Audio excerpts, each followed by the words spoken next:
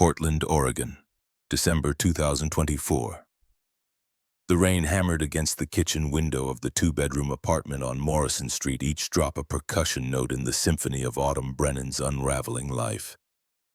She stood at the counter, still in her nurse's scrubs from the graveyard shift at Providence Hospital, staring at the envelope that had arrived in the afternoon mail. The return address read Whitmore and Associates, Attorneys at Law, Birchwood Falls, Washington. Her hands trembled as she turned it over. 15 years. 15 years since she'd heard that town's name spoken aloud. 15 years since she'd driven away in a rusted Honda with everything she owned stuffed into 2 garbage bags, her belly swollen with a child whose father had vanished like morning fog. The envelope felt heavy. Not the weight of paper, but the gravity of choices made long ago, consequences that had compounded like interest on an unpaid debt. Nola emerged from her bedroom backpack slung over one shoulder. Dark hair pulled into a messy bun. 14 years old and already taller than Autumn, with eyes that saw too much for someone who should still believe the world was fundamentally kind. "Mom, you okay? You've been standing there for like 10 minutes. Autumn's finger slid under the envelope flap, tearing through the seal. Inside, a single sheet of legal letterhead, a brass key wrapped in tissue paper, and a smaller envelope addressed in handwriting she recognized immediately. Her mother's careful script, each letter formed with the precision of someone who believed presentation mattered more than substance. The lawyer's letter was brief, professional, cold. "Dear Ms. Brennan, we regret to inform you that your mother, Vivian Brennan, has been diagnosed with stage 4 lung cancer.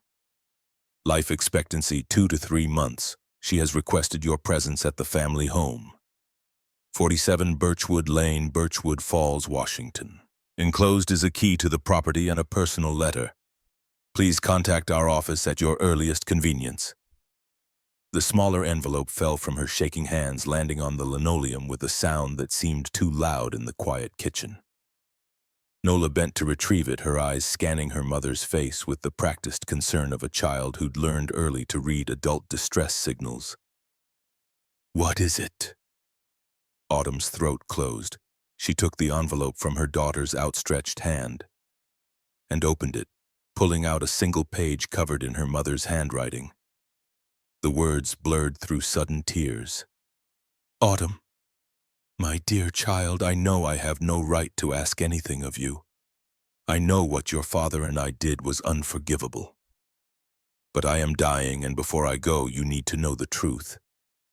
Do not sell the house. Please, whatever you do, do not sell it to anyone, especially not to Callahan Thorne. Find the blue wool coat, the one I knitted for you when you were 15. It will lead you to what I couldn't protect all those years ago. I am so sorry. I have been sorry every day for 15 years. Your mother, Vivian." The room tilted. Autumn gripped the counter's edge, her knuckles whitening. "Mom, what's wrong? Who's Vivian?" The question hung in the air between them, weighted with all the stories Autumn had never told, all the history she'd buried so deep she'd almost convinced herself it had happened to someone else. "My mother. Your grandmother. She wants to see me." Nola's eyes widened. In 14 years, she'd never met her maternal grandparents. Had been told only the barest outline. "They didn't approve of your father. They asked us to leave. We haven't spoken since." The truth was uglier. The truth was a 15-year-old girl standing in her childhood living room, hands clasped over her barely showing belly, while her father's face turned the color of old brick, and her mother stood silent at the kitchen window, back turned, shoulders rigid. The truth was a suitcase packed in 20 minutes, while her father sat in his recliner drinking whiskey straight from the bottle, and her mother scrubbed already clean counters with furious mechanical precision.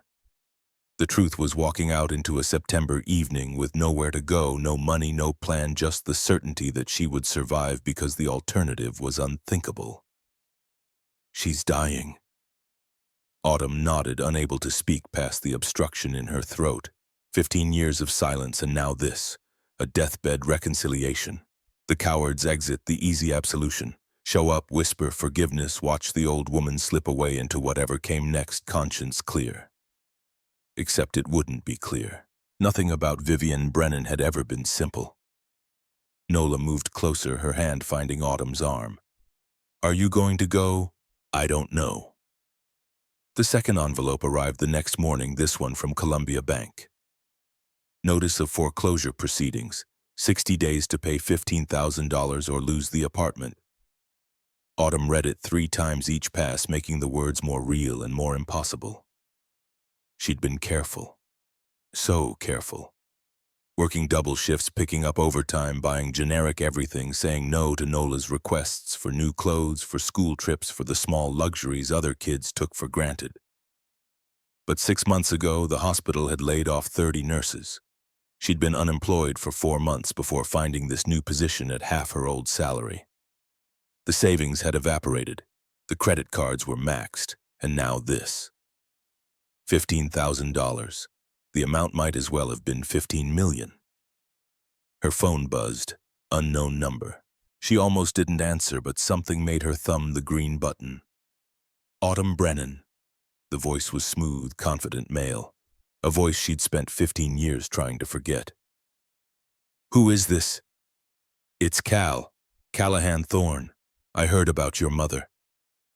I'm very sorry. Her entire body went cold. Cal, the boy who'd whispered promises in the dark, the boy who'd said he loved her, the boy who'd vanished the day after she told him she was pregnant, leaving nothing but a blocked number and a Facebook relationship status that changed from in a relationship to single while she was still crying into her pillow. How did you get this number? Birchwood Falls is a small town, Autumn. Word travels. I wanted to reach out because I understand Vivian is leaving you the house on Birchwood Lane. Her hand tightened on the phone. I haven't decided what I'm doing yet. I'd like to make you an offer. $80,000 cash. We can close in 7 days. $80,000. More than enough to save the apartment. Enough to pay off the credit cards. Enough to breathe. Why would you want that house? It's falling apart. A pause. I'm developing that area. The house is in the way of my plans. I'm willing to pay above market value for a quick sale. Everything in her body screamed warning. Cal had never done anything that didn't benefit Cal. Not when he was 18 and captain of the football team. Not now when he was apparently wealthy enough to throw around $80,000 on a condemned Victorian. I need time to think. Of course, but don't take too long. The offer expires in 1 week. The line went dead. Autumn stood in the kitchen, phone still pressed to her ear, while her daughter ate cereal at the table and the rain continued its relentless assault on the window. The foreclosure notice lay on the counter next to her mother's letter. 2 paths diverging, both leading to places she didn't want to go. That night, after Nola was asleep, Autumn pulled out her laptop and searched for Callahan Thorne. The results filled her screen. CEO of Thorne Development Corporation, net worth estimated at $20 million, multiple luxury housing projects across Washington state. A photograph showed him in a tailored suit, silver streaks in his dark hair, the same crooked smile that had once made her 15-year-old heart stutter. She clicked through to the company website.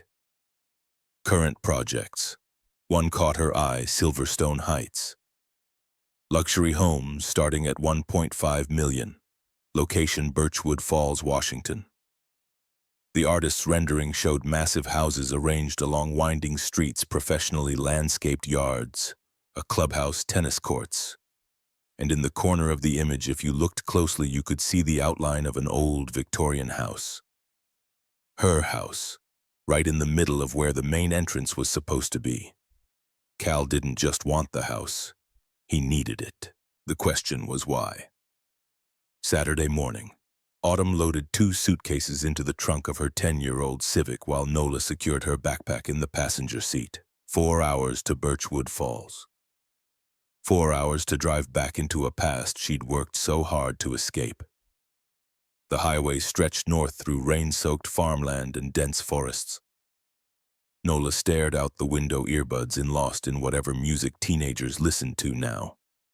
Autumn kept both hands on the wheel and tried not to think about the last time she'd made this drive, 16 years old postpartum with a 2-week-old infant in a borrowed car seat and $300 in cash from the woman who ran Haven House. "Mom!" Autumn glanced over. Nola had pulled out one earbud. "Tell me about Birchwood Falls. What was it like growing up there? Where to start? The Friday night football games where the entire town turned out. The summer festivals with funnel cakes and fireworks. The way everyone knew everyone, which felt cozy until it felt suffocating.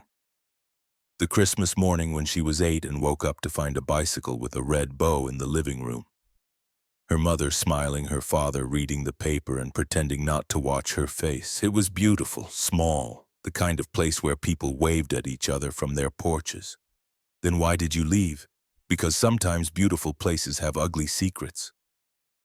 Nola absorbed this, her young face serious. Is Cal from there, my father? Autumn had told her years ago. Age 8 when Nola started asking why she didn't have a dad like the other kids. The truth simplified, your father was young. He wasn't ready. He left before you were born. Not his fault, not yours, just how things happen sometimes. She'd never mentioned his name, never shown Nola a picture, never explained that he'd targeted her specifically, that their whole relationship had been calculated, that she'd been a means to an end. She hadn't understood until it was too late. Yes, he was the quarterback. I was the sophomore who worked at the coffee shop on Main Street. He said I was pretty, said he loved me. I believed him. Did you love him? I thought I did, but I was 15. I didn't know what love was. Do you know now? Autumn reached over and squeezed her daughter's hand. Yes, I know now. They crossed the Birchwood Falls city limit at 3 in the afternoon. Population 4, 200, the sign announced. Home of the Birchwood Warriors. Nothing had changed. The same gas station with the faded awning. The same mom-and-pop grocery. The same stoplight that took forever to cycle from red to green. Birchwood Lane sat on the north edge of town where the houses grew larger and the lots stretched wider. Old money, or what passed for old money in a place like this. Her father had been an accountant at the lumber mill. Her mother had run the PTA and organized church bake sales. They'd been respectable, solid, the kind of people who kept their lawn mowed and their shutters painted, and their daughter's teenage pregnancy hidden until it couldn't be hidden anymore. Number 47 came into view, and Autumn's foot found the brake without conscious thought. The house looked like something from a horror movie. A Victorian painted lady that had once been the jewel of the street, now rotting from the inside out. The wraparound porch sagged. Windows were boarded with plywood that had warped and split. The garden that had been her mother's pride, 50 rose bushes pruned and fertilized with obsessive care, was now a tangle of dead branches and choked earth. But there on the second-floor balcony hung a single item of clothing, a blue wool coat, faded to almost gray, the hem unraveling, but unmistakable. The coat her mother had spent 3 months knitting when Autumn was 15. The coat she'd left behind the night she was thrown out because her mother had stood at that very balcony and said, "Leave it. It doesn't belong to you anymore." Nola leaned forward, staring. "Mom, is that our house?" "It was, once." "It looks abandoned." "It is, mostly." They climbed out into cold December air that smelled of pine and rot. The front gate hung crooked on one hinge. The walkway was buckled and broken. Autumn picked her way to the porch steps, testing each one before putting her full weight down. The wood groaned but held. The front door stood slightly ajar. "Hello, Mom. Are you here?" Her voice echoed through the empty house. No answer. She pushed the door wider, revealing a hallway choked with garbage bags, old newspapers, cardboard boxes. The wallpaper her mother had hung in 1998, cream with tiny blue flowers peeled in long strips. The hardwood floor was scuffed and stained, a shuffle of movement from deeper inside. Autumn's heart hammered. Nola pressed close to her side. A figure emerged from what had been the living room. Thin, so thin the bones stood out in sharp relief beneath papery skin, white hair hanging in limp strands, wearing the blue wool coat like a robe, sleeves too long, hem dragging. "Autumn." Vivian Brennan was 67 years old but looked 85. Cancer had hollowed her out, leaving only the architecture of the woman she'd been. Her eyes, though. Her eyes were the same. Brown, flecked with gold, sharp and assessing, and full of a grief so profound it was almost tangible. You came. Autumn couldn't move, couldn't speak. 15 years collapsed into nothing. She was standing in this same hallway, 15 years old, suitcase in hand, while her mother refused to turn around, refused to look, refused to acknowledge what was happening. This is Nola, your granddaughter. Nola stepped forward, brave in the way children are when adults falter. Hi, it's nice to meet you. Vivian's face crumpled. She reached out with a trembling hand, stopped just short of touching Nola's cheek as if afraid permission hadn't been granted. You're beautiful. You look just like your mother did at your age. Tears tracked down the old woman's face, catching in the deep lines bracketing her mouth. Can we come in? Vivian stepped back, gesturing. Of course. I'm sorry, the house is... I haven't been able to keep up with it since your father died, since I got sick. The living room was worse than the hallway, piles of newspapers dated back years, empty food containers, a coating of dust thick enough to write in. But in the center, a single armchair, relatively clean, with a small table beside it holding a glass of water and a bottle of pills. This was where her mother had been living. In this one chair, in this one room, waiting. Nola's hand found Autumn's and squeezed. When did Dad die? 8 years ago. Heart attack. He was sitting right there watching his crime shows. I found him when I brought him his dinner. Doctor said it was fast, massive. He didn't suffer. 8 years. Her father had been dead for 8 years and she hadn't known. Hadn't been invited to the funeral. Hadn't even seen an obituary because she'd stopped looking up Birchwood Falls news the day she left. Why didn't anyone tell me? Vivian sank into her chair, suddenly looking exhausted. There was no funeral, no obituary. I couldn't afford it. By then we'd lost everything, the savings, the retirement. Your father drank after you left, lost his job. We took out a second mortgage, then a third. When he died, we owed more on this house than it was worth. The room spun. Autumn reached for the wall to steady herself. You've been living here alone for 8 years in this condition. I was waiting. I knew you'd come back, eventually. I had to be here when you did. A sound from the doorway made them all turn. A man stood there, tall, weathered, maybe late 60s, wearing work boots and a flannel jacket. He held a battery-powered lantern and a toolbox. Viv, I brought the generator like you asked. Didn't know you had company. His eyes found Autumn and recognition flickered across his face. Autumn Brennan. My God, you're all grown up. She searched her memory, found him. Weston Marlowe. West, the carpenter who'd lived next door for as long as she could remember. The man who'd always had a kind word, who'd fixed her bike when the chain came off, who'd helped her father build the deck in the backyard. Mr. Marlowe, it's good to see you. He set down his toolbox and approached, hand extended. His grip was warm, calloused, steady. I'm so glad you came. Your mother's been hoping. Vivian's face colored. West has been very kind, bringing me groceries, making sure I have my medications. I don't know what I would have done without him. Did you get my letter? Autumn pulled the envelope from her purse, the one about the blue coat. Yes, did you find it? It's hanging on the balcony. I put it there every week. Wash it, hang it, take it down, wash it again. It was the only thing I had left of you, the only way I could remember. Nola moved to the window, staring out at the ruined garden. West busied himself with the generator, giving them the illusion of privacy. Mom, I need to understand. Why now? Why after 15 years? Vivian's hands twisted in her lap, the blue wool coat bunching under her fingers. Because I'm dying. The doctors say 2 months, maybe 3. And I can't die with this secret. I can't die knowing I failed you twice, once when I let your father throw you out, and again when I didn't protect what belonged to you. What are you talking about? The house, the land, everything Callahan Thorne wants. It's not mine to give him. It's yours. It's always been yours. Autumn shook her head.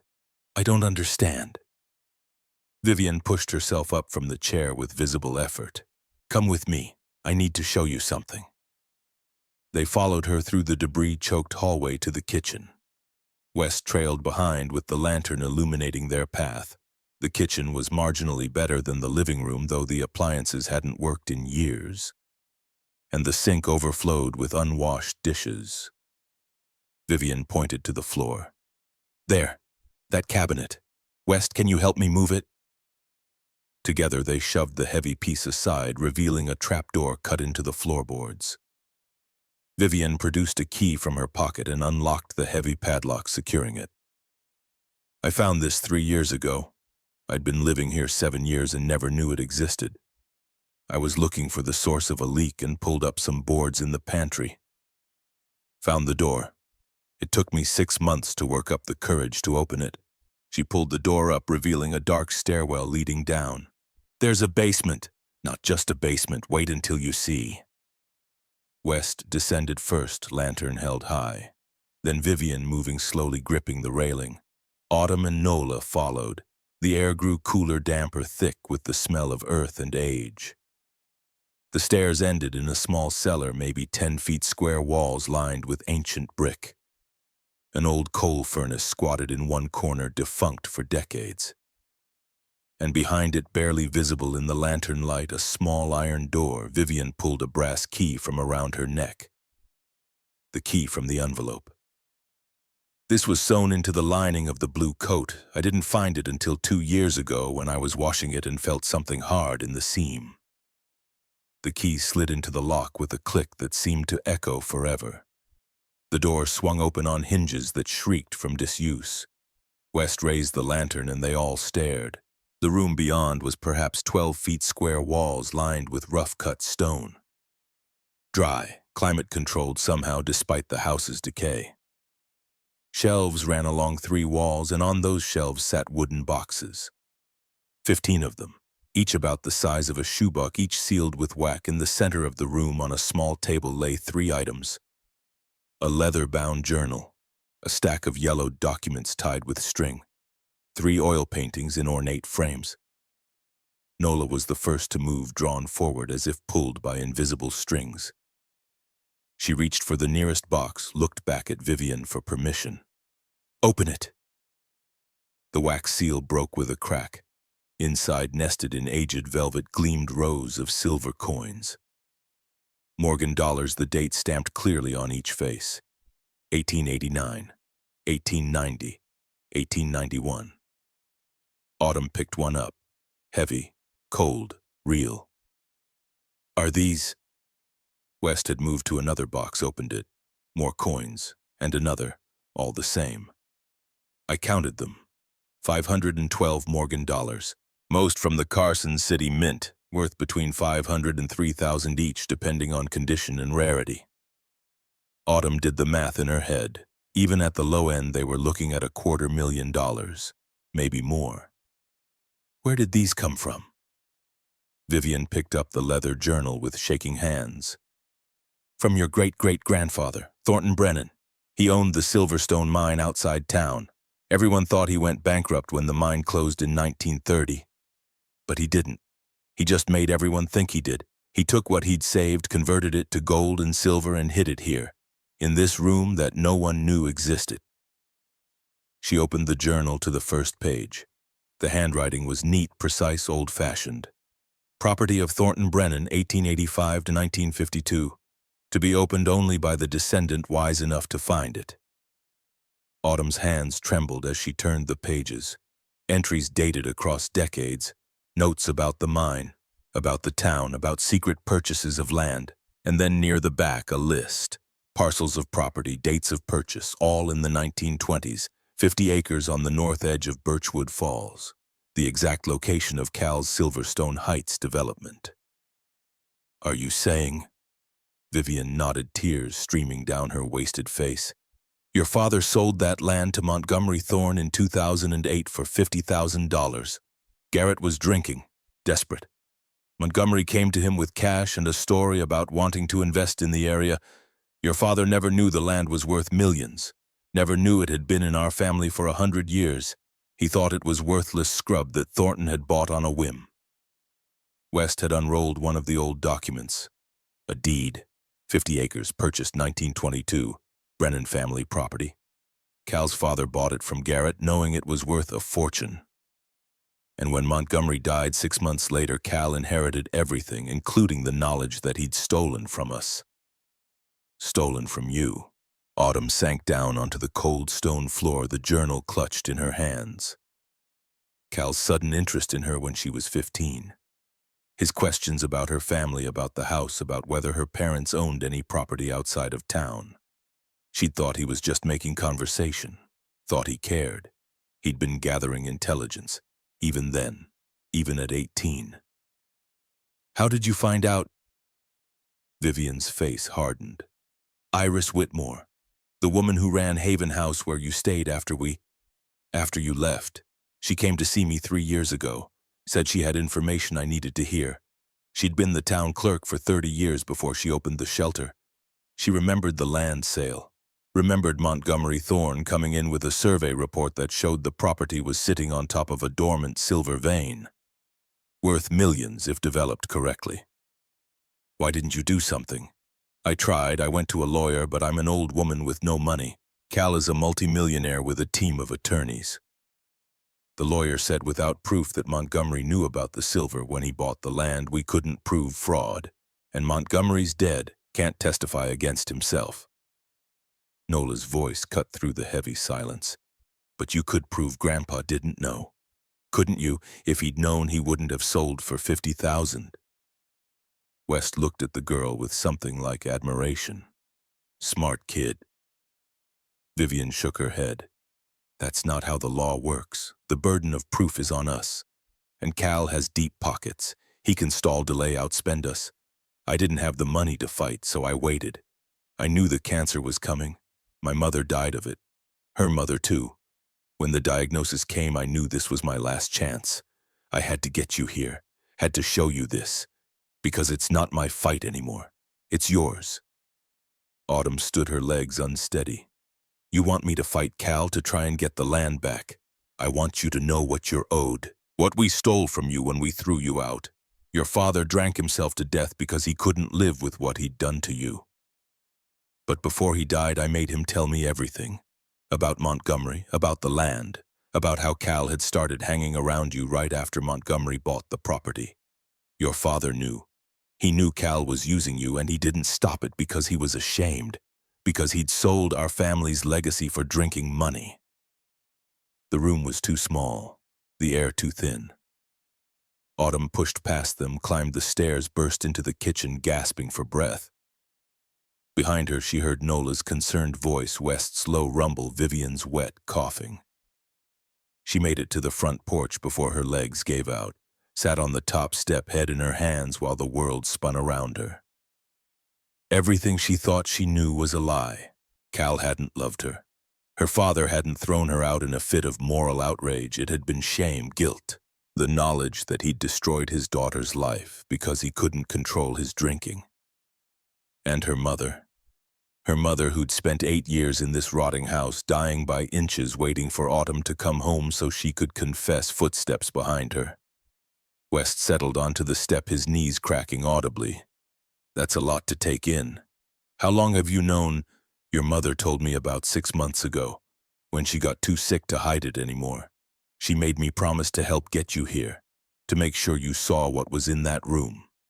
Cal called me, offered $80,000 for the house. West let out a low whistle. He's desperate then. The development can't move forward without this property. It's right in the middle of the entrance road. And if you own the land he's building on, he's in violation of property law. Everything he's done so far is on your land without permission. But he has a deed from my father. A deed obtained through fraud. Failure to disclose material facts. That's actionable, especially if you can prove Montgomery knew about the silver and didn't tell Garrett. Can I prove that? Iris might have documentation. She was meticulous about records, and Montgomery's survey report had to come from somewhere. Someone did that geological assessment, probably filed with the county, public record. Autumn looked at the old man, really looked. His face was weathered but kind, his eyes clear and honest. "Why are you helping us? You don't owe us anything. I've lived next to this house for 40 years, watched you grow up, watched your parents destroy themselves with pride and shame. I don't have kids of my own. Wife died before we got the chance. Your mother, for all her faults, has been trying to do right by you. I figure the least I can do is help her finish what she started." Nola appeared in the doorway, Vivian leaning heavily on her arm.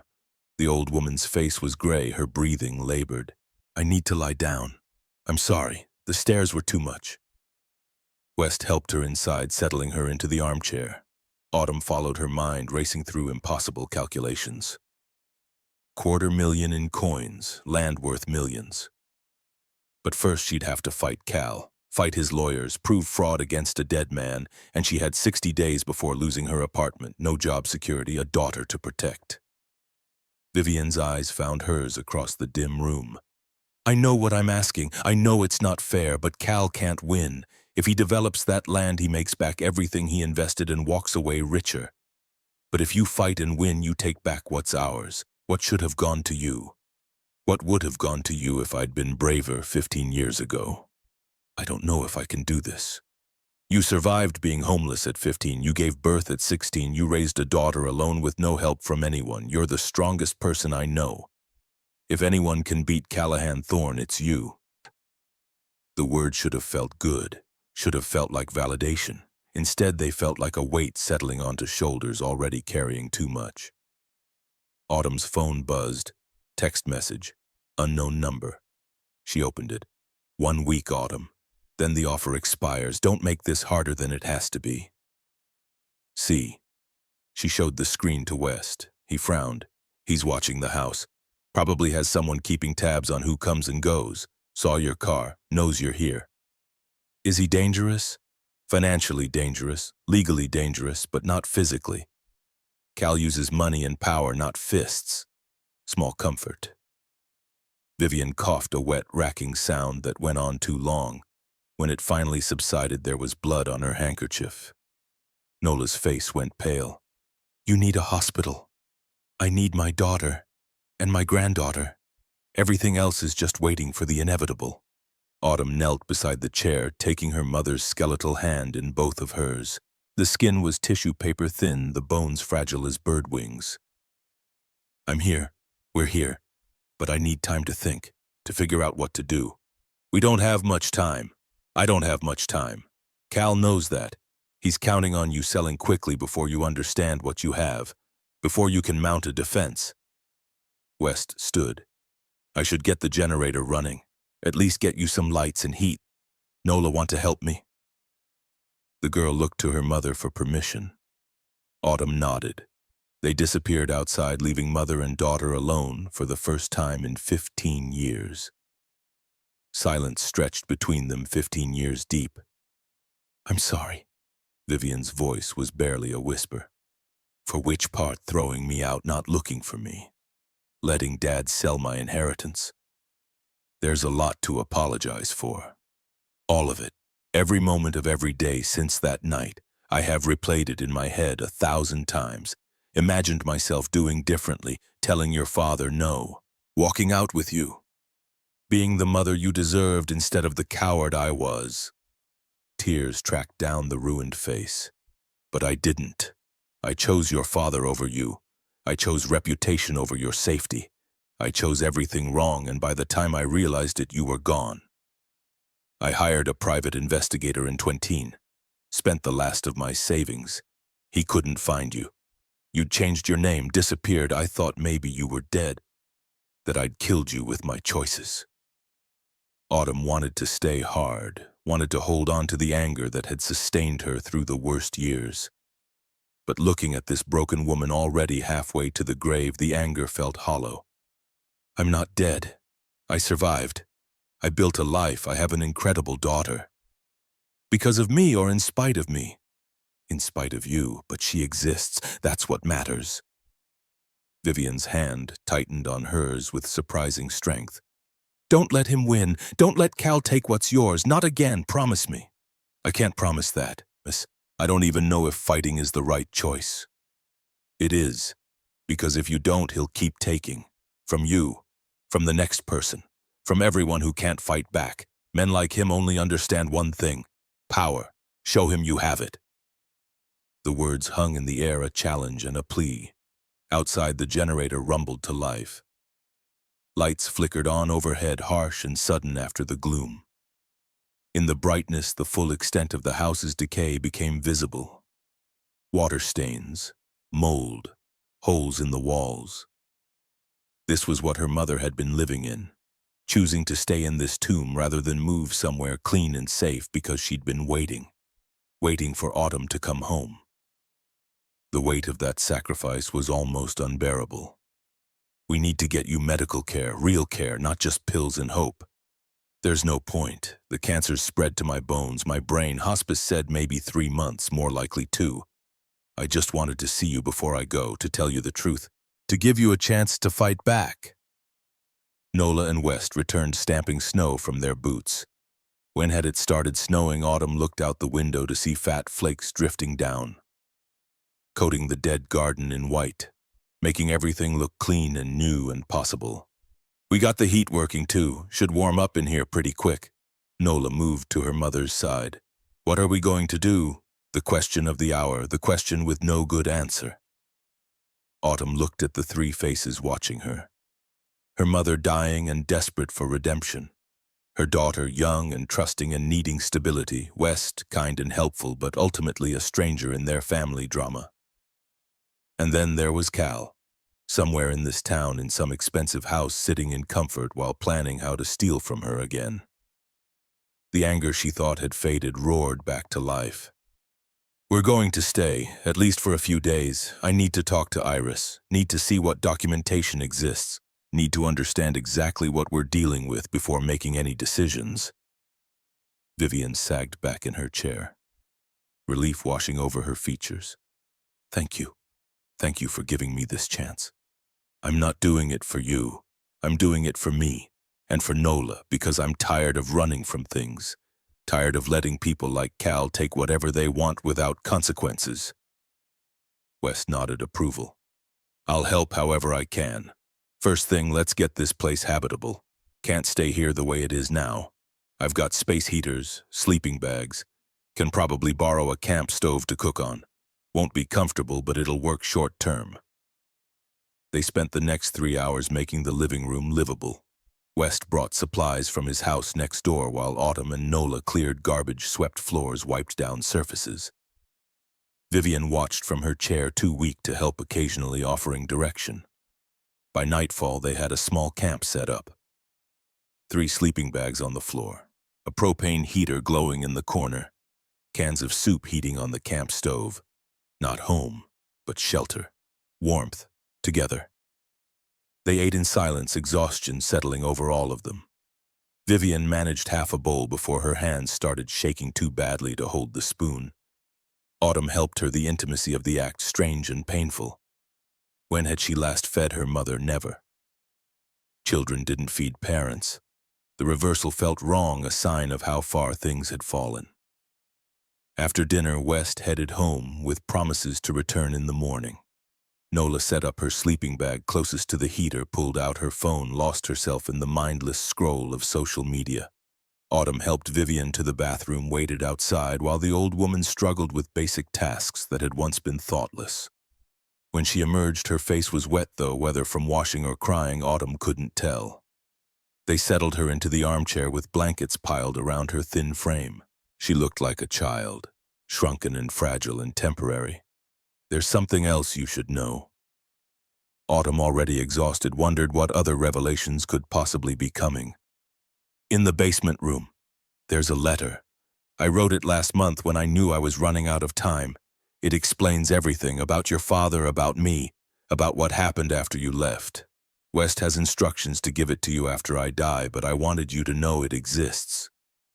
In case you have questions, in case you need answers I can't give anymore. Why not just tell me now? Because some things are easier to say on paper, and because I'm a coward, even now, even facing death, I still can't say everything I need to say to your face." Autumn didn't have the energy to argue, to push, to demand the truth right now instead of waiting for a letter from beyond the grave. She just nodded. Okay, I'll read it when the time comes. Vivian's eyes drifted closed. Within minutes, her breathing evened out into sleep. Autumn watched her chest rise and fall, each breath labored, counting them unconsciously, wondering how many were left. Nola appeared at her elbow, voice soft. Is she going to die soon? Yes. Are you sad about it? Autumn considered the question, turned it over in her mind like one of those silver coins in the basement. I don't know what I feel, relief maybe, that I got here before the end, that she wanted to see me, anger still for everything that happened, grief for what we could have been if things had been different. It's all mixed together, I can't separate it out. Nola rested her head on Autumn's shoulder. I'm glad we came, even if the house is scary and everything's confusing. I'm glad I got to meet her, got to see where you came from. They sat like that until the cold forced them into their sleeping bags. Autumn lay awake long after Nola's breathing deepened into sleep, staring at the water-stained ceiling, listening to her mother's ragged breathing across the room. Somewhere in this town, Cal was sleeping in a warm bed in a house with working plumbing and heat that didn't come from a propane tank. Making plans, calculating, thinking he'd won before the game had even really started. He didn't know about the basement room, didn't know about the coins or the journal or the deeds, thought he was dealing with a desperate single mother who needed quick cash. He was in for a surprise. Autumn's phone buzzed. Another text. She almost didn't look, but something made her check. I saw you talking to West Marlowe. Be careful who you trust. Small town, long memories. Not everyone is who they seem. Sleep well. C. The threat was subtle but clear. Cal had eyes everywhere, knew her movements, wanted her to know he was watching. Instead of fear, Autumn felt something else crystallize inside her. Determination, cold and hard and unbreakable. Cal had taken enough. Her innocence, her family, her inheritance. He thought he could take this too. Thought money and power and intimidation would make her fold. He was about to learn the difference between a scared 15-year-old girl and a 30-year-old woman who'd survived everything the world could throw at her. She texted back, "Thanks for the concern. See you soon." His reply came immediately, looking forward to it. Autumn set the phone aside and closed her eyes. Tomorrow they'd visit Iris, start gathering evidence, begin building a case. But tonight she'd sleep in the house she grew up in, with her mother breathing across the room and her daughter safe beside her, and let that be enough. The snow fell heavier outside, muffling sound, coating everything in white.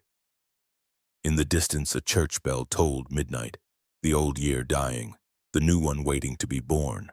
And in the basement, hidden behind a coal furnace in a room no one knew existed, sat a fortune in silver and secrets, waiting to change everything.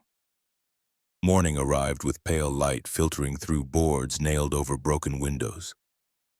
Autumn woke to find Vivian already awake in her chair, staring at nothing, lips moving in what might have been prayer or simply the rehearsal of words she'd never said aloud.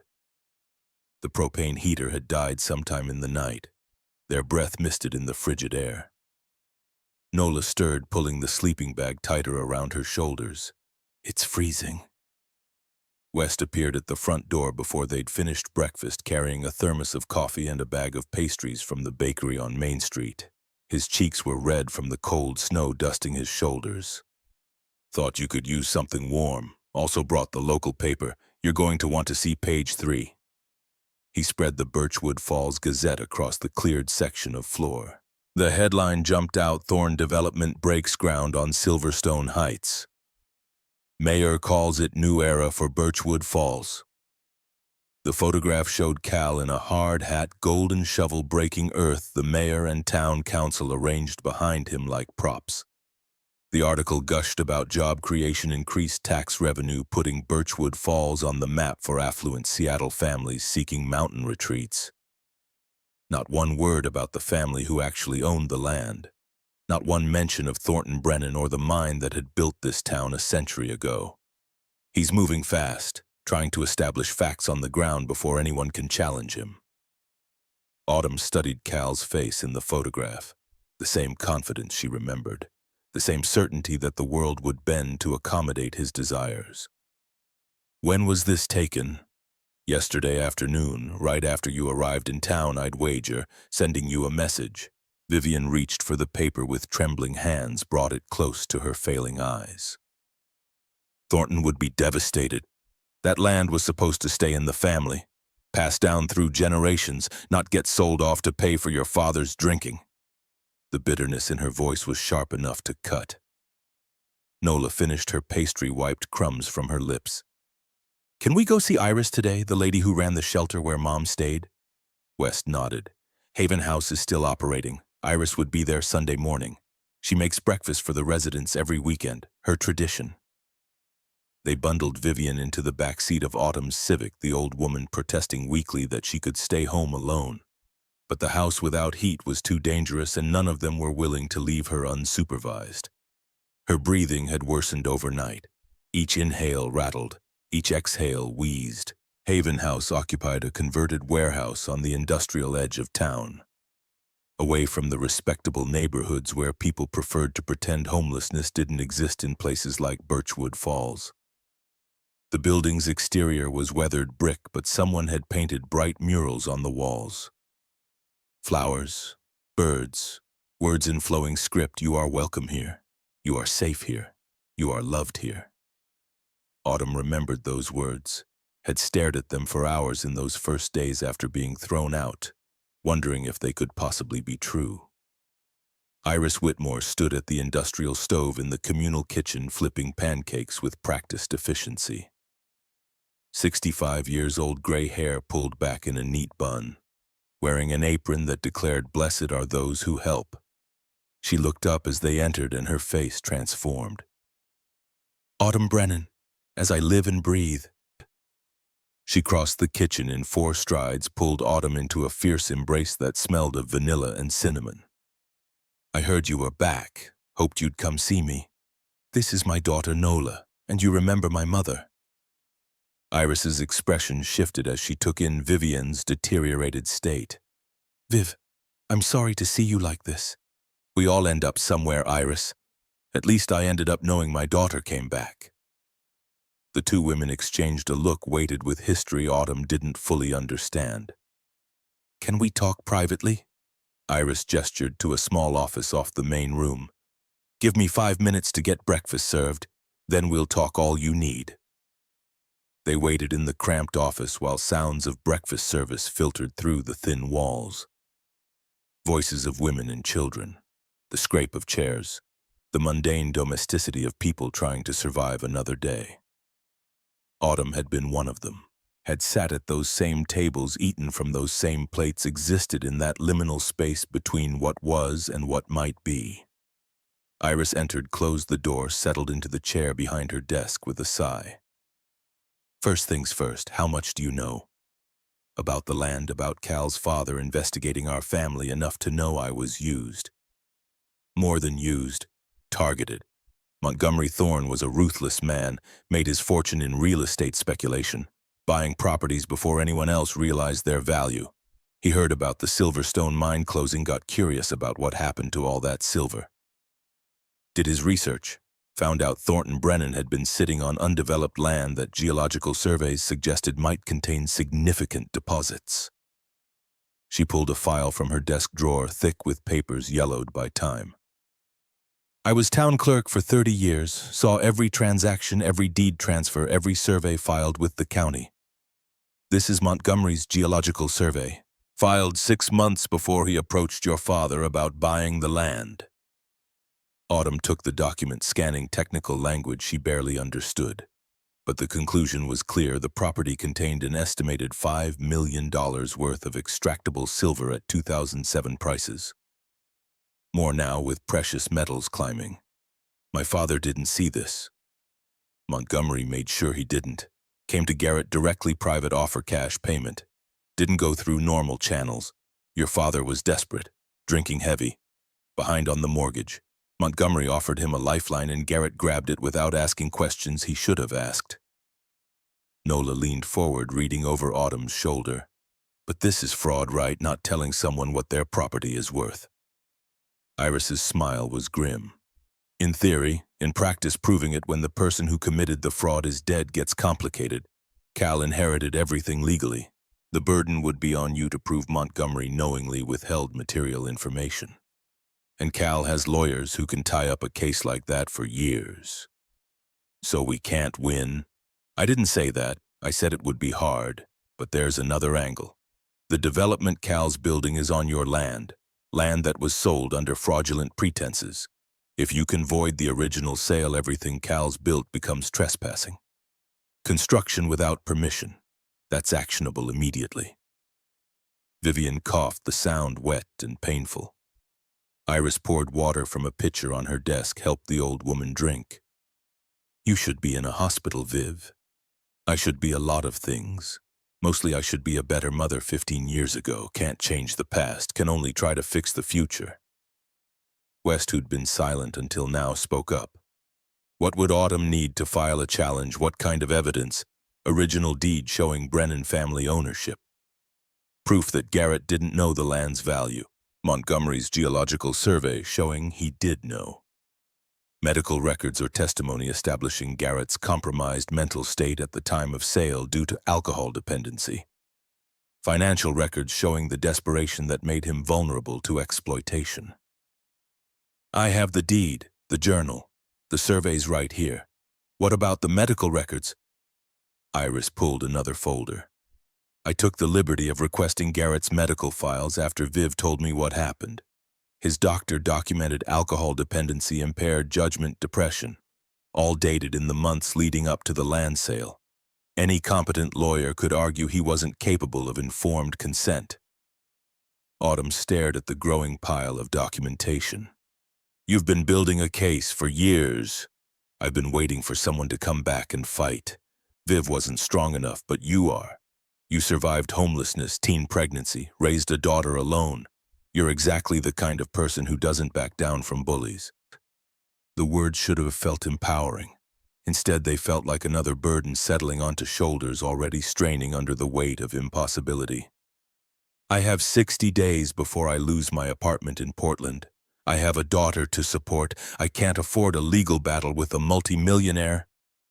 You don't have to afford it. I know a lawyer, Delilah Kingsley. She takes cases like this pro bono when she believes in the cause, specializes in land fraud, based in Seattle but handles cases all over Washington.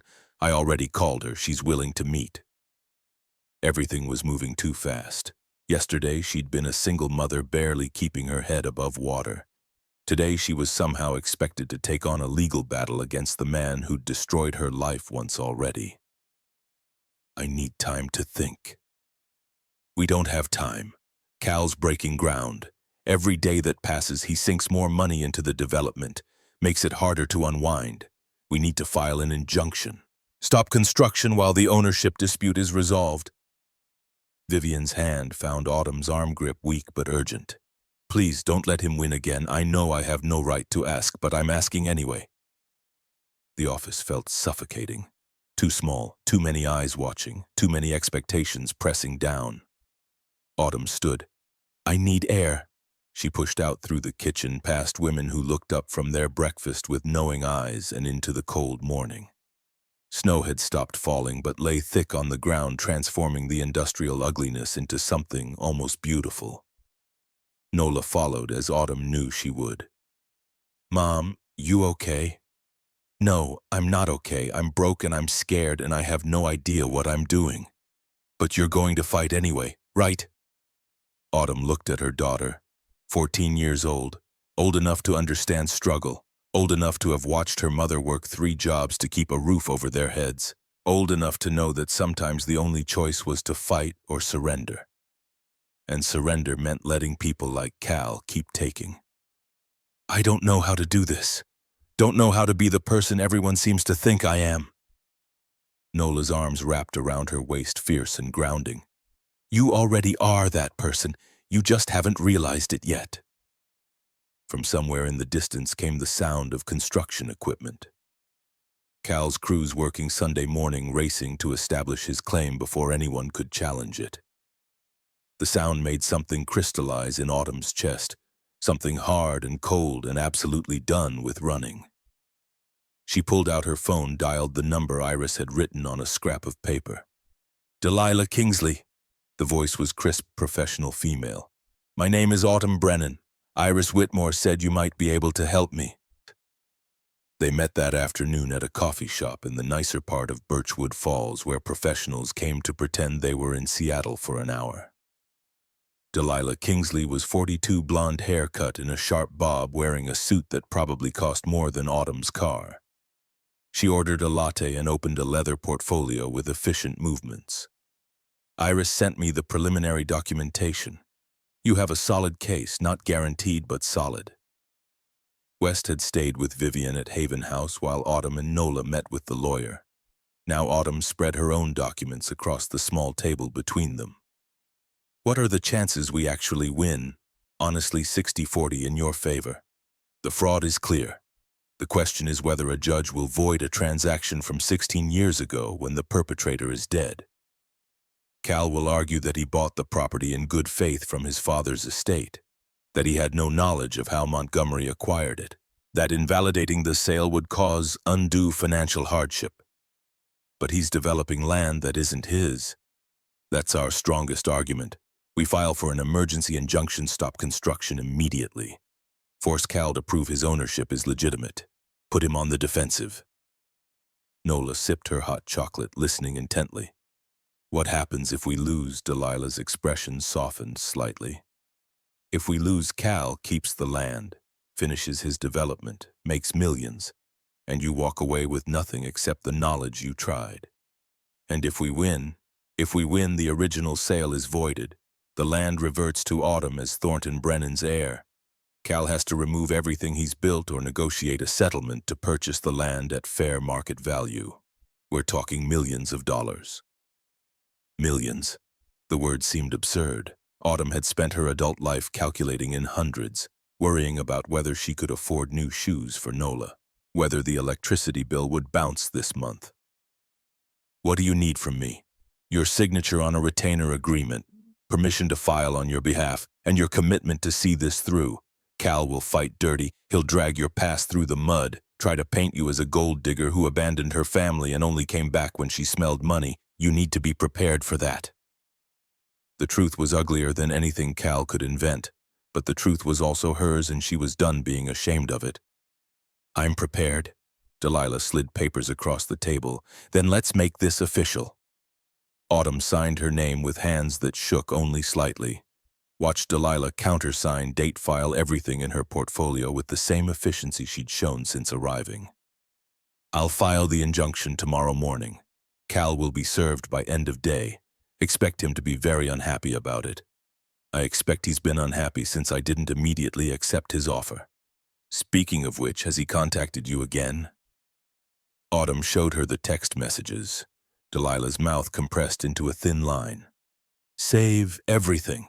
Every text, every call, every communication. If he escalates to threats or intimidation, that's harassment. Gives us more ammunition. They parted with handshakes and promises to stay in touch.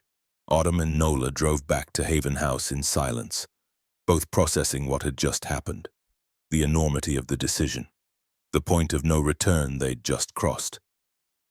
West met them at the door, face grave. Vivian's asking for you. She's not good. Iris had moved the old woman to one of the private rooms Haven House kept for medical emergencies.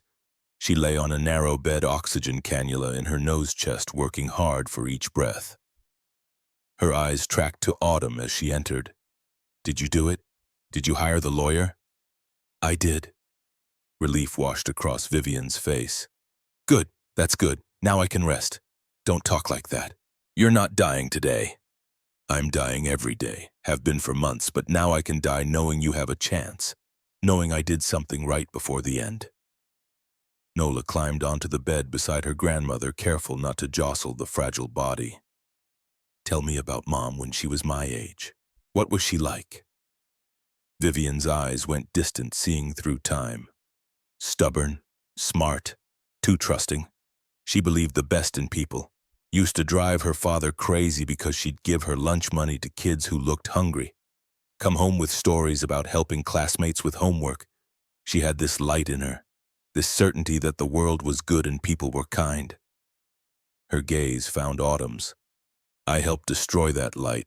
Watching it go out in her eyes the night we threw her out was the worst thing I've ever experienced. Worse than your father's death. Worse than the cancer. Because I knew I'd done it. We'd done it. And there was no taking it back. Autumn sat on the other side of the bed, the 3 generations of Brennan women arranged like points on a compass. You can't undo the past. None of us can. We can only decide what we do with the time we have left. Then I want to use my time telling you I'm proud of who you became. Not because of me, but despite me.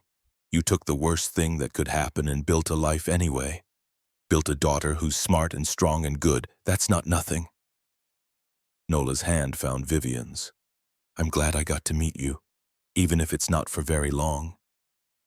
They sat like that until Vivian drifted into sleep, her breathing labored but steady. Iris appeared with blankets and pillows. You should stay here tonight. The house is too cold and she needs you close. They made a nest on the floor of the small room, Autumn and Nola on either side of Vivian's bed like sentinels. Somewhere in the building, other women were settling in for the night. Other children were being tucked into bed. Other stories of survival were unfolding. Autumn's phone buzzed. She checked it, expecting another message from Cal. Instead, it was from an unknown number with a Birchwood Falls area code. The message contained a single photograph. Her car parked outside Haven House, taken from across the street, time-stamped 30 minutes ago. No words, just the image. The implication clear: I know where you are. I'm watching. She showed West, who'd been standing guard outside the room. His jaw tightened. That's intimidation. Harassment. Save it for Delilah. Should I be worried? Should I take Nola somewhere safer? Cal's not violent, but he's desperate. Desperate men make bad choices. I'll stay tonight. Keep watch. Make sure nobody tries anything stupid.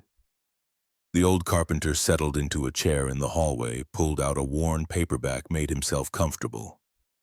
Autumn wanted to protest that he didn't need to do this, that they weren't his responsibility.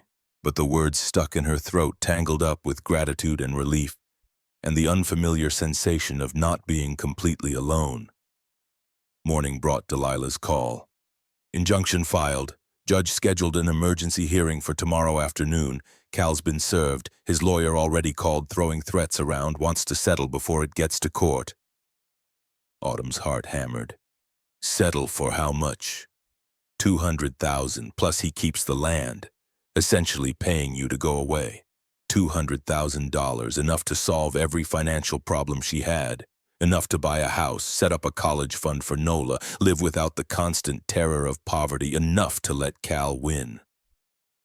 What do you think I should do? I think that's not my decision. But I will say this: Cal doesn't offer settlements unless he's scared, and he wouldn't be scared unless he thought you could win. I need to talk to my daughter. She found Nola in the Haven House common room, helping Iris set up for breakfast service. The girl moved with easy competence, arranging plates and silverware with the familiarity of someone who'd done similar work before. Nola, can we talk? They stepped into the empty office. Autumn explained the settlement offer, watched her daughter's face, process the numbers. That's a lot of money. It is. But it's not what we're owed. Is it? No, it's not. Nola picked at a loose thread on her sweater. In school, we read this story about a guy who sold his birthright for a bowl of soup. Teacher said it was about making short-term choices that cost you long-term. This feels like that. Out of the mouths of babes. Autumn pulled her daughter into a hug. You're too smart for 14. I learned from watching you. You never took the easy way, even when it would have been easier to give up, to take whatever people offered. You always fought for what was right. The words landed like stones in still water, rippling outward through years of choices and sacrifices and moments when giving up would have been so much simpler than continuing. Then we turn it down. We go to court. We fight. She called Delilah back. Tell Cal thanks, but no. See you in court. The hearing was scheduled for 2 p.m. Monday in the Birchwood Falls Courthouse, a granite building that had anchored Main Street since 1920. Autumn dressed in her best outfit, a navy suit she'd bought for job interviews 5 years ago. Nola wore a dress borrowed from Iris's donation closet. Vivian insisted on attending despite barely having strength to walk. Cal arrived 15 minutes late, flanked by 3 lawyers in suits that cost more than Autumn's car. He'd aged well. The 18-year-old boy had become a confident man. Silver threading through dark hairlines around his eyes that suggested laughter or stress or both, he looked at Autumn with an expression she couldn't quite read. Recognition, calculation, something that might have been regret under different circumstances. His lead lawyer was a shark in pinstripes, introducing himself as Marcus Thorne, no relation, but wouldn't that be funny if he was? He smiled with too many teeth and launched into immediate offense. Your Honor, this case is a transparent attempt to extort money from my client. Ms. Brennan abandoned her family 15 years ago, had no contact with her parents, never expressed interest in family property, only returned when she learned the land had value. This is textbook bad faith. Delilah stood unruffled. Your Honor, Ms. Brennan was 16 years old when she left home. She didn't abandon her family. She was thrown out by parents who disapproved of her pregnancy. She was a child. What Mr. Thorne describes as abandonment was actually survival. The judge, a woman in her 60s with steel gray hair and reading glasses on a chain, looked unimpressed with both of them. I've reviewed the preliminary filings. Ms. Kingsley, you're alleging fraud in the original land sale. On what basis? Delilah presented the geological survey, the medical records, the financial documentation showing Garrett's desperation. Montgomery Thorne knew the land contained valuable mineral deposits. He deliberately withheld that information from a man whose medical records show impaired judgment due to alcoholism. The sale was unconscionable. Marcus Thorne stood again. Montgomery Thorne is dead. He can't defend himself against these accusations. What we have is a legal sale properly executed that my client inherited in good faith. To void it now would be grossly unjust. The injustice is allowing your client to develop land that rightfully belongs to Ms. Brennan. Land that should have passed to her as Thornton Brennan's heir. Land that was stolen through exploitation of her father's illness. The arguments flew back and forth, technical and heated. Autumn tried to follow but lost the thread in the legal jargon. She focused instead on Cal's face. He sat perfectly still, expression neutral, but his hands gripped the armrests of his chair with white-knuckled intensity. He was scared, actually scared. The realization sent something fierce and hot through her chest. All those years ago he'd had all the power. The older boy, the popular athlete, the one who could walk away without consequences while she dealt with the wreckage alone. Now they were equals, or close enough. The judge called a recess, disappeared into chambers. They waited in uncomfortable silence. Cal's lawyers huddled together, whispering. Marcus Thorne kept glancing at Autumn with an expression that suggested he was recalculating his strategy. Cal himself approached during the recess, his lawyers trying and failing to stop him. Autumn, can we talk privately? Delilah's hand landed on her shoulder. You don't have to. It's okay. I want to hear what he has to say. They stepped into a hallway away from the others. Cal leaned against the wall, and for a moment he looked tired. Human. Nothing like the confident developer in the newspaper photographs. I didn't know. When I was 18, I didn't know what my father was planning. I thought he was just buying land for investment. But you know now. I found out after he died, found his files, saw the survey. By then I'd already started developing the property, sunk millions into infrastructure. I couldn't just walk away. So you decided to keep stealing. He flinched. I decided to finish what my father started. I know that doesn't make it right, but I've employed 30 people, brought investment to this town. That has to count for something. You want credit for building a fortune on land you knew wasn't yours? His jaw tightened. I want you to understand I'm not the villain here. My father was. I'm just trying to survive his choices. The parallel was so obvious it would have been funny under different circumstances. Both of them trying to survive their parents' choices, both carrying weight they hadn't chosen, but sympathy had limits.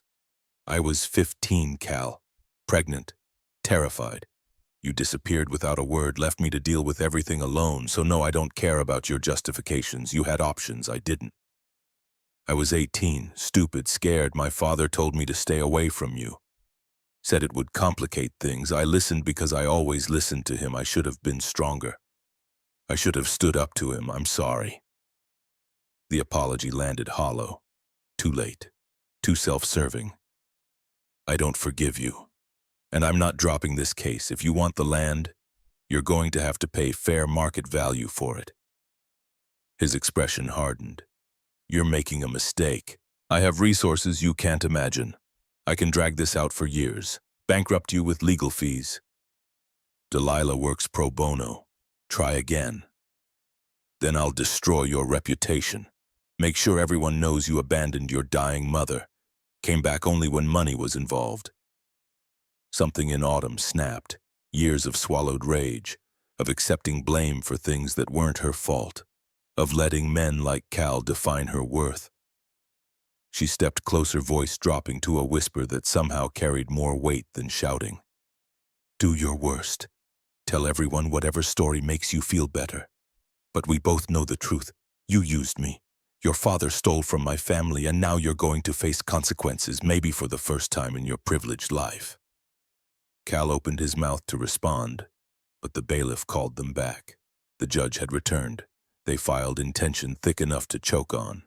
The judge adjusted her glasses, surveyed the courtroom with an expression that gave nothing away. I've reviewed the evidence presented. The geological survey is troubling. Medical records establish impaired judgment. However, the sale was legally executed. Both parties signed. Money changed hands. Voiding a 16-year-old transaction sets a dangerous precedent. Autumn's heart sank. They were losing all this for nothing. However, Ms. Kingsley's point about current trespassing is valid. Mr. Thorne is developing land while ownership is disputed. That cannot continue. The judge looked directly at Cal. I'm issuing a temporary injunction. All construction on the Silverstone Heights development ceases immediately. No new work, no demolition. Everything stops until ownership is definitively established. Marcus Thorne shot to his feet. Your Honor, that will cost my client millions. He has contracts, obligations, deadlines. Then your client should have ensured clear title before breaking ground. Injunction is effective immediately. We'll schedule a full trial for 3 weeks from today. Both parties will present complete evidence. Until then, nobody touches that land. Are we clear? Both lawyers nodded. The judge's gavel fell with a crack that seemed to echo forever. Outside the courthouse, television news crews had gathered. Someone had leaked the story. Cameras turned as they emerged, microphones thrust forward. Ms. Brennan, is it true you're suing for millions? Did you really abandon your dying mother? Mr. Thorne, how will this affect your development timeline? Delilah pushed through the crowd, shielding Autumn and Nola with her body. West had brought the car around, engine running. They piled in and drove away while reporters shouted questions at their retreating vehicle.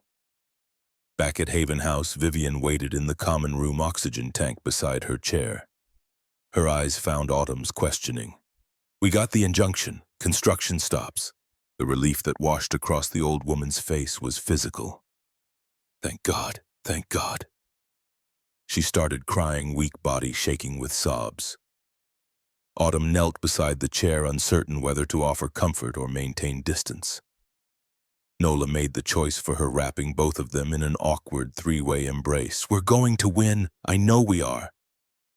Nola's certainty was absolute. Youth's blessing and curse.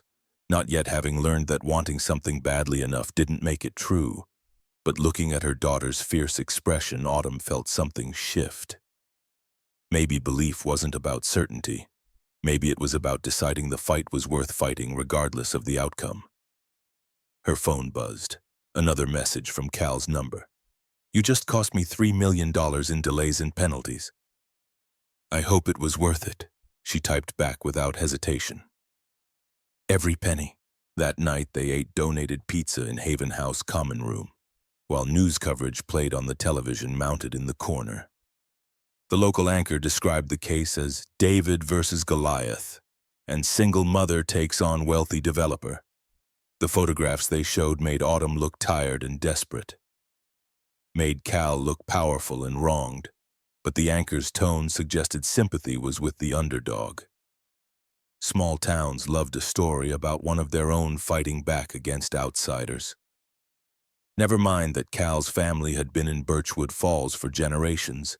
He'd become the outsider by virtue of success. West pointed at the screen. Public opinion matters. Judges read the news, see which way the wind blows. This is good for us. Unless it makes Cal more dangerous. Cal's already as dangerous as he's going to get. Now it's just a question of who breaks first. Autumn looked at her daughter curled up beside Vivian on the couch, both of them dozing while the news droned on. Looked at West keeping watch by the window. Looked at Iris moving through the room, checking on residents, offering quiet comfort. She'd spent 15 years alone, fighting every battle solo, never asking for help because help always came with strings. But these people weren't asking for anything in return. They were just showing up, being present, offering what they could. Maybe that was what family actually meant. Not blood, not obligation, just people who chose to stand beside you when standing alone would have been easier. She sent a text to Delilah. "Thank you for taking this case, for believing me." The response came quickly. "I don't take cases I don't believe in. Get some rest. Trial prep starts tomorrow." It's going to get harder before it gets easier. Harder, as if the past 24 hours had been easy, as if her entire life had been anything but an exercise in surviving the next impossible thing. But she'd survived everything so far. Teen pregnancy, homelessness, single motherhood, poverty. She'd survived her parents' rejection and Cal's abandonment, and every person who'd looked at her and seen only what she lacked instead of what she'd built. She could survive this too. Outside snow began falling again, sunt and relentless, covering the ugliness, making everything look clean and possible. Autumn watched it through the window until her eyes grew heavy and sleep pulled her under. In the morning, they'd begin building the case that would determine everything. But tonight, in this moment, they had shelter and warmth and each other. Sometimes that had to be enough. Trial preparation consumed the next 3 weeks like a fever. Delilah set up temporary headquarters in Haven House's conference room, transforming it into a war room papered with timelines, property maps, and witness lists. Autumn learned the difference between discovery and deposition, between hearsay and admissible evidence, between what was true and what could be proven in court. The silver coins became evidence photographed and cataloged but left in the basement vault. Too risky to move, Delilah explained. Chain of custody issues. Better to bring the judge to the house if necessary than risk accusations of tampering. Vivian deteriorated daily. The oxygen tank became permanent.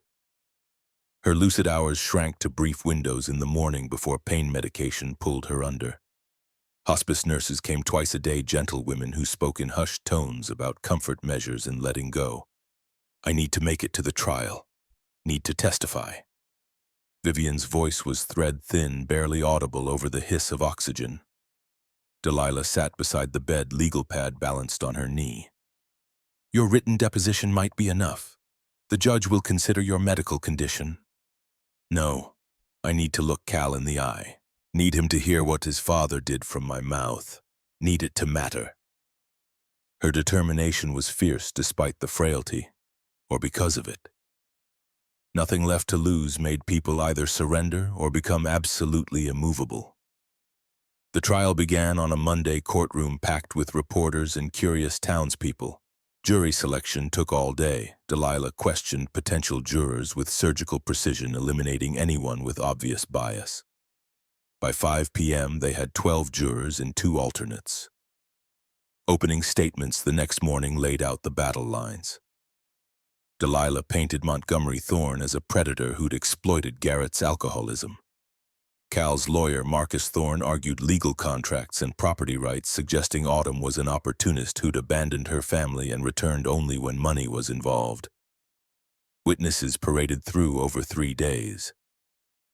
Iris testified about the geological survey Montgomery had filed before approaching Garrett. West described watching through his kitchen window as a drunk man was guided to sign papers he couldn't understand. Medical experts detailed Garrett's impaired judgment. Bank officers confirmed his desperate financial state. Cal took the stand on day 3, confident and practiced. He claimed ignorance of his father's methods, insisted he'd operated in good faith, expressed regret for how he'd treated Autumn, but denied any deliberate wrongdoing. Delilah cross-examined with precision, produced Montgomery's notebooks showing conversations with Cal about gathering information from the Brennan girl, showed entries dated throughout that summer demonstrating Cal had been his father's inside source. Cal's composure cracked. The jury's skepticism became visible. Closing arguments on day 4 were passionate. Marcus Thorne defended property rights and legal precedent. Delilah spoke about justice delayed but not denied, about holding powerful people accountable regardless of time passed. The jury deliberated 6 hours before announcing they'd reached a verdict. The foreman stood. On the question of whether the land sale was obtained through fraudulent misrepresentation, we find in favor of the plaintiff. We award the plaintiff ownership of the disputed 50 acres plus compensatory damages of $3 million. The courtroom erupted, Cal's face drained of color. His lawyers immediately filed notice of appeal. Autumn couldn't process it. They'd won, actually won. But all she could think was, Mom needs to know. They rushed back to Haven House, bursting into Vivian's room where she lay connected to oxygen and morphine drip. Her eyes opened, clouded but aware. We won. Mom, we won. Vivian's face transformed. Tears streamed down hollow cheeks. Her hand reached for Autumn's grip, weak as paper. Thank God. Thank God. Now I can rest. Don't talk like that. You're going to be okay. But they both knew better. Vivian had held on through sheer will. Now, with justice served, the will was fading. Take me home, to Portland. I want to die with my family. Autumn rented a medical transport van, loaded Vivian's hospital bed and equipment, made the 4-hour drive with hospice nurses monitoring vitals. They converted the living room of her Portland apartment into a makeshift hospice room. Equipment beeping softly, late winter light filtering through curtains. Vivian lasted 3 months. Some days she was lucid, telling stories about Autumn's childhood, teaching Nola family recipes she'd never shared before. Other days she drifted lost in memories or medication. Cal's lawyers filed appeal after appeal, but the judge denied each one. The verdict stood. Autumn was legally entitled to the 50 acres and $3 million. Cal's construction equipment sat idle on land he no longer had rights to develop. In late February, a developer from Seattle contacted Delilah. They specialized in sustainable housing, mixed-income communities. They offered $8 million for the 50 acres with conditions: build a public park named for Thornton Brennan, include affordable housing units, preserve the historical significance. Autumn accepted. $8 million plus $3 in damages meant $11 million. More money than she'd dreamed possible. She paid off the Portland apartment mortgage, set up a college fund for Nola that would cover any university she chose, donated $2 million to Haven House, ensuring Iris could continue helping women who'd been thrown away by families that should have protected them. The rest she kept for what came next. Vivian died on March 15th, late afternoon, with Autumn holding one hand and Nola the other. Her last words were barely audible. I'm proud of you. Should have said it more. Then she was gone.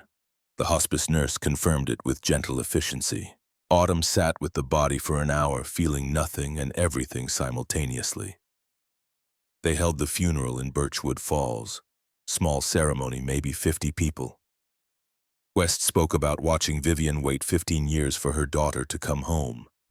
Iris talked about a woman who'd spent her final months trying to undo a lifetime of mistakes. Autumn gave the eulogy. My mother wasn't perfect. She made terrible choices, but she spent her last years preparing the way for me to fight back. She couldn't undo the past, but she gave me the tools to change the future.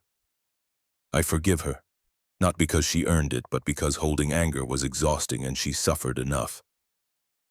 Cal didn't attend, sent flowers instead, white roses with a card, "I'm sorry for everything." Too little, too late. But at least he'd finally said it. After the funeral, Autumn stood in front of the house on Birchwood Lane. The Victorian sat exactly as she'd left it weeks ago, rotting and abandoned. But looking at it now, she saw something different. Not a monument to decay, a possibility. "West, how long would it take to restore this house?" "Really restore it, make it beautiful again." The old carpenter surveyed the structure with a professional eye. "6 months if we do it right. Longer if you want period-accurate details. I want it perfect. I want it exactly how it was when Thornton built it. And then I want to turn it into something that matters." She hired West as general contractor, assembled a crew of local workers who remembered the Brennan family, who felt the town owed something after all these years. They worked through spring and summer, stripping away decades of neglect. The wraparound porch was rebuilt with cedar painted white with navy trim. Windows replaced with historically accurate reproductions. The interior gutted and modernized while preserving original details.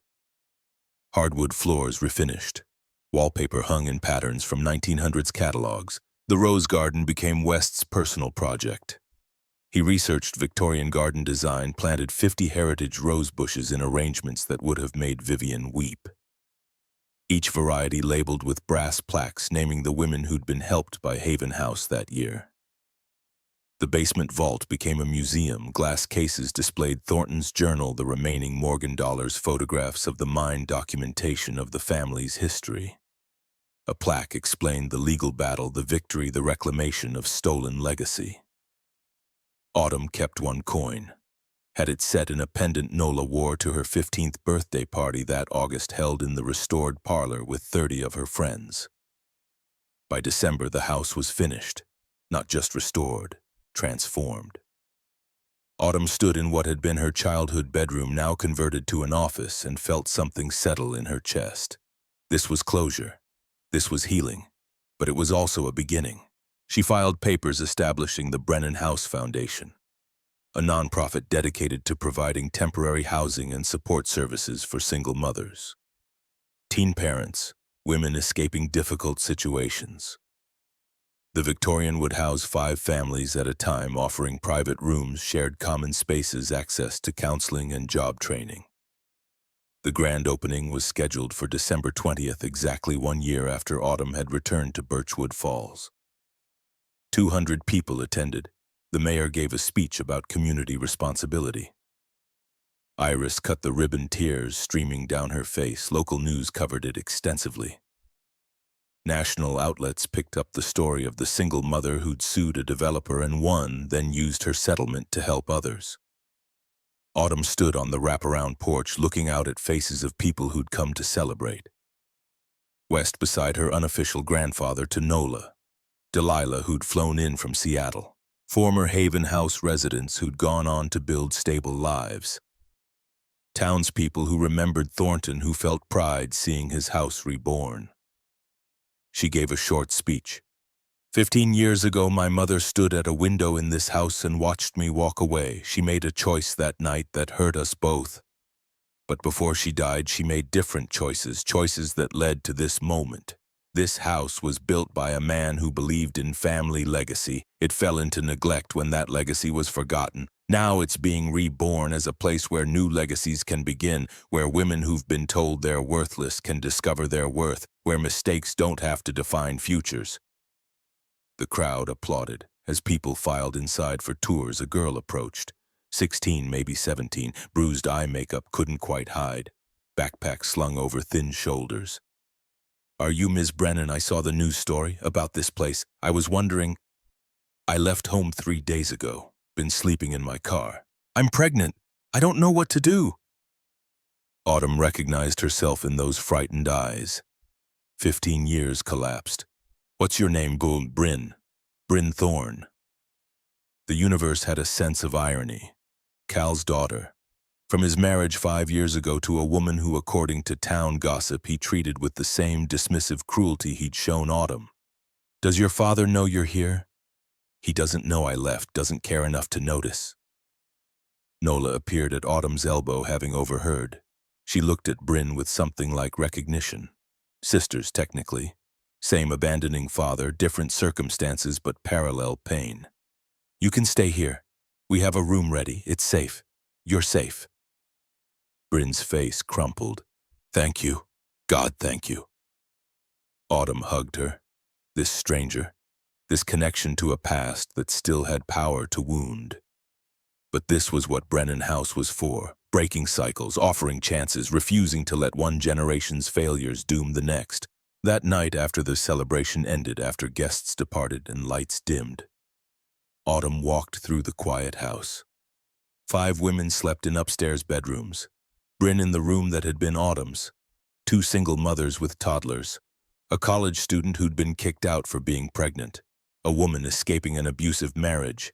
Each one a story, each one fighting, each one refusing to let circumstances write their ending. In the basement museum, Autumn stood before the display of Thornton's journal. Read his words about building legacy, about leaving something that mattered. I hope you'd be proud of this. Hope you'd think I honored what you built.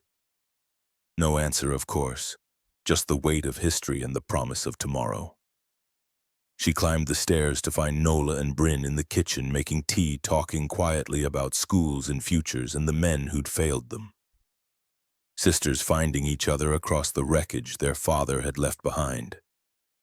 Nola looked up. Mom, you okay? Yeah, I'm good. Better than good. Outside, snow began falling. First snow of winter, exactly like the day she'd returned a year ago. But everything was different now. The house was alive. The garden bloomed. The basement held history instead of secrets. And 5 women slept under a roof that promised safety instead of judgment. West appeared in the doorway, having stayed late to check the new furnace. Heat's working perfect. Thermostat set to 72. Everyone should sleep warm tonight. Thank you for everything, for believing this was possible. You made it possible. You and that stubborn refusal to quit. Vivian would be proud. Hell, I'm proud. Autumn walked him to the door, watched him cross to his house next door. Same house he'd lived in for 40 years. Same view of the Victorian. But now he watched over something being built instead of something dying. Her phone buzzed. Message from Delilah. Saw the news coverage. Beautiful event. You did it. Changed the world a little bit. That's not nothing. Autumn texted back. Thank you for making it possible. For fighting when I didn't know how. She made her own tea, joined the girls at the kitchen table. They talked until midnight about colleges Nola was considering, about whether Bryn wanted to keep her baby or consider adoption, about futures that felt suddenly possible instead of predetermined. Around 1 a.m. they finally said goodnight. Autumn checked on the other residents, made sure doors were locked, lights dimmed. Then she climbed to the 3rd floor to the small room she'd claimed for herself when staying over. From the window she could see the whole property. The restored house, the rose garden, the street where she'd walked away 15 years ago with nothing but survival instinct and a promise to the baby in her womb that they'd make it somehow. They had, against odds that should have crushed them, and now they were giving that chance to others. Autumn pulled out her phone, opened the photo album, found a picture from Vivian's funeral, her mother in the casket, finally at peace, finally done punishing herself. I forgive you, Mom. I really do. Not because you deserve it. Because I deserve to stop carrying anger. Deserves to use what you left me to build something good. The photo blurred through tears. Happy ones mostly. Grief mixed with relief, mixed with gratitude for the messy, complicated grace of second chances. She set the phone aside, pulled out a journal, started writing. December 20th, 2025. 1 year since I came home. The house is restored, the foundation is launched. 5 women are sleeping safely tonight. Bryn Thorne is here, which feels like the universe's idea of poetic justice. Cal's daughter finding refuge in the house his father tried to steal. Maybe that's what breaking cycles looks like, taking poison and transmuting it into medicine. Nola is applying to law schools, wants to fight for people like us. Like all of us who've been thrown away and told we don't matter. I think she'll be brilliant at it. West is talking about retiring now that the restoration is complete.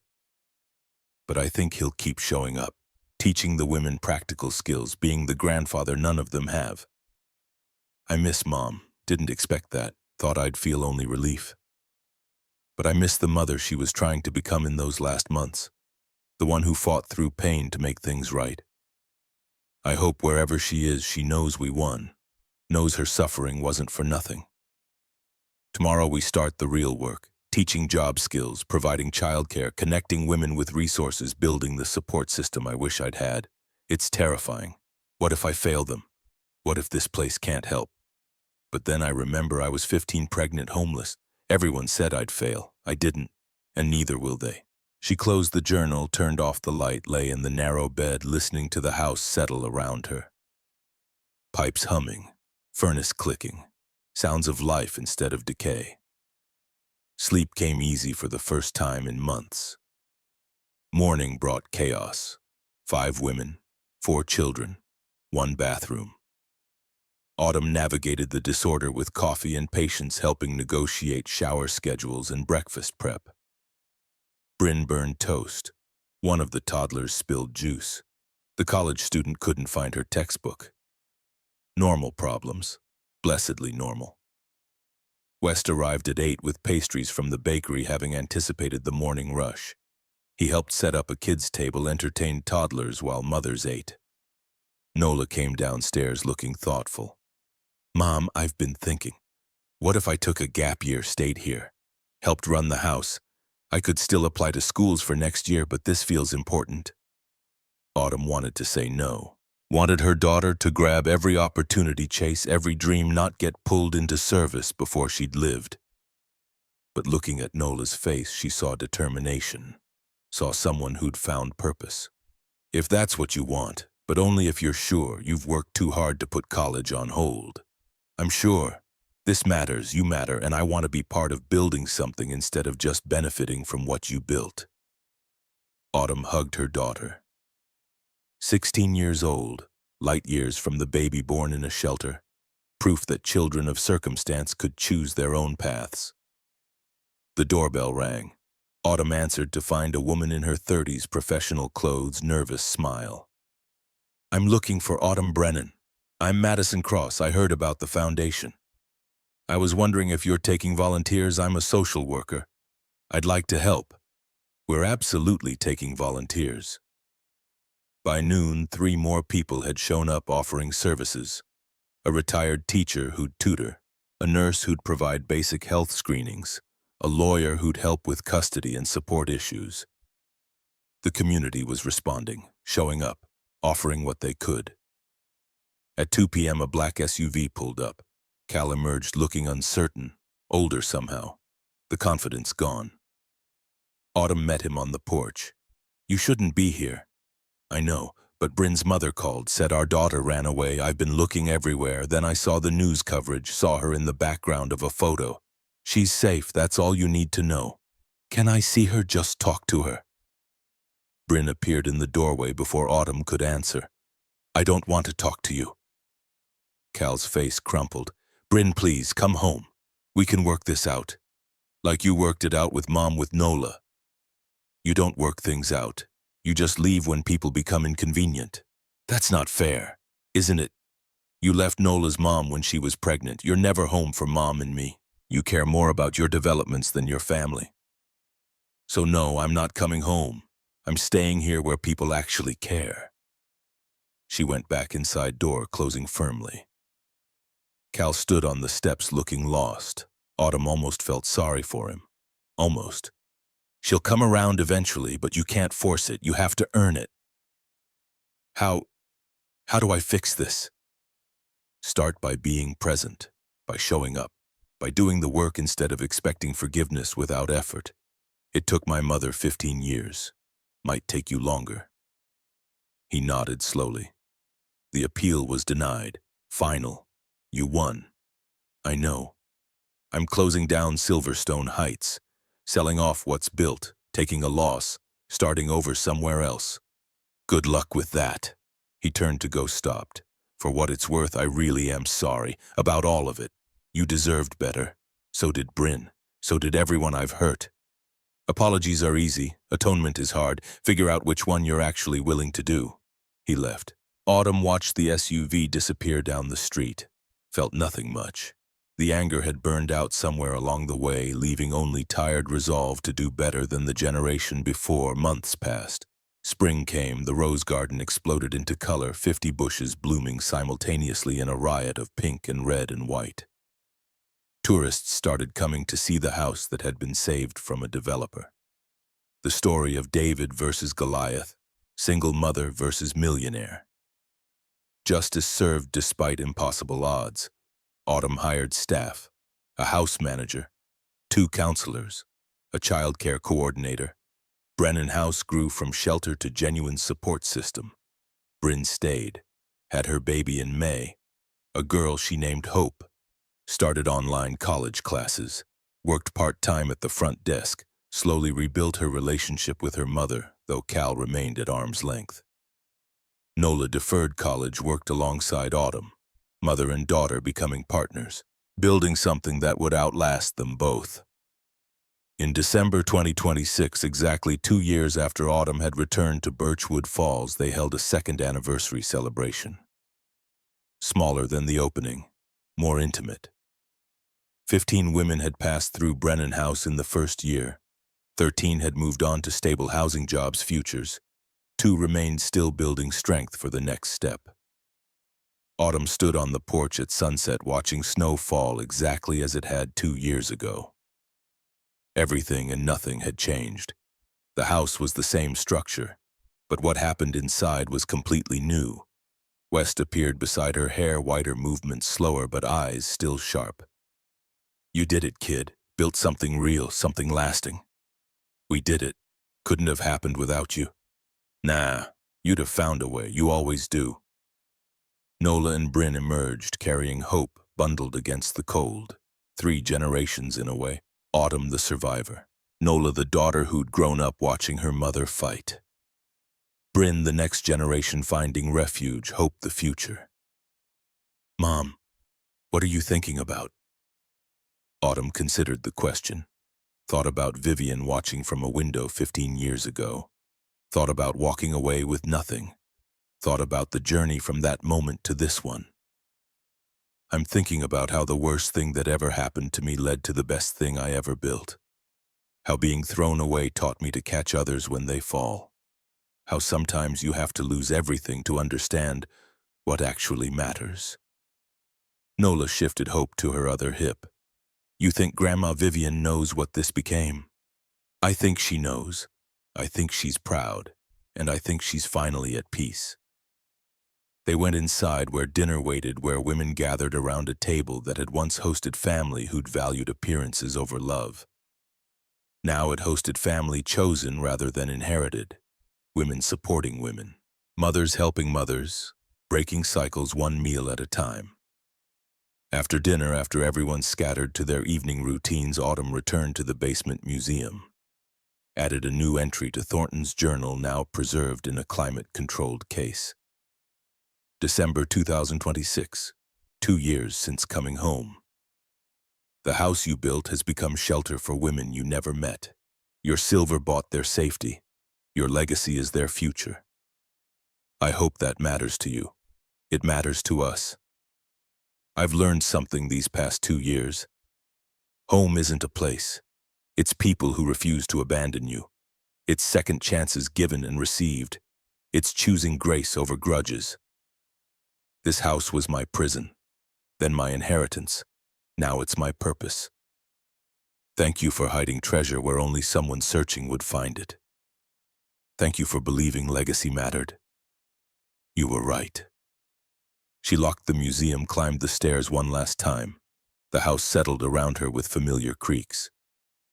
Outside, snow continued falling, covering scars, making everything new. Autumn checked each room before bed. 5 women sleeping safely, 4 children dreaming whatever children dream. Nola in the room that had been Vivian studying legal texts for the law school applications she'd finally submitted. Everything accounted for. Everyone safe. In her own small room, Autumn pulled out the blue wool coat from the closet where it hung carefully preserved, ran her fingers over faded yarn, remembered being 15 in a coat her mother knitted with love before fear destroyed it. "We made it, Mom. We actually made it." She hung the coat back carefully. Tomorrow it would go in the museum with a plaque explaining its significance, the symbol of abandonment becoming symbol of reclamation. But tonight it was just a coat, a reminder of where she'd been and how far she'd come. Autumn climbed into bed, turned off the light, let exhaustion pull her towards sleep. Her last thought before darkness took her was gratitude for Vivian's confession, for West's loyalty, for Delilah's fierce advocacy, for Nola's unwavering support, for the women who'd trusted Brennan House with their survival, for the courage to forgive what couldn't be fixed and build something new from the wreckage. The house that had witnessed so much pain was now home to healing, and that was enough. More than enough, it was everything.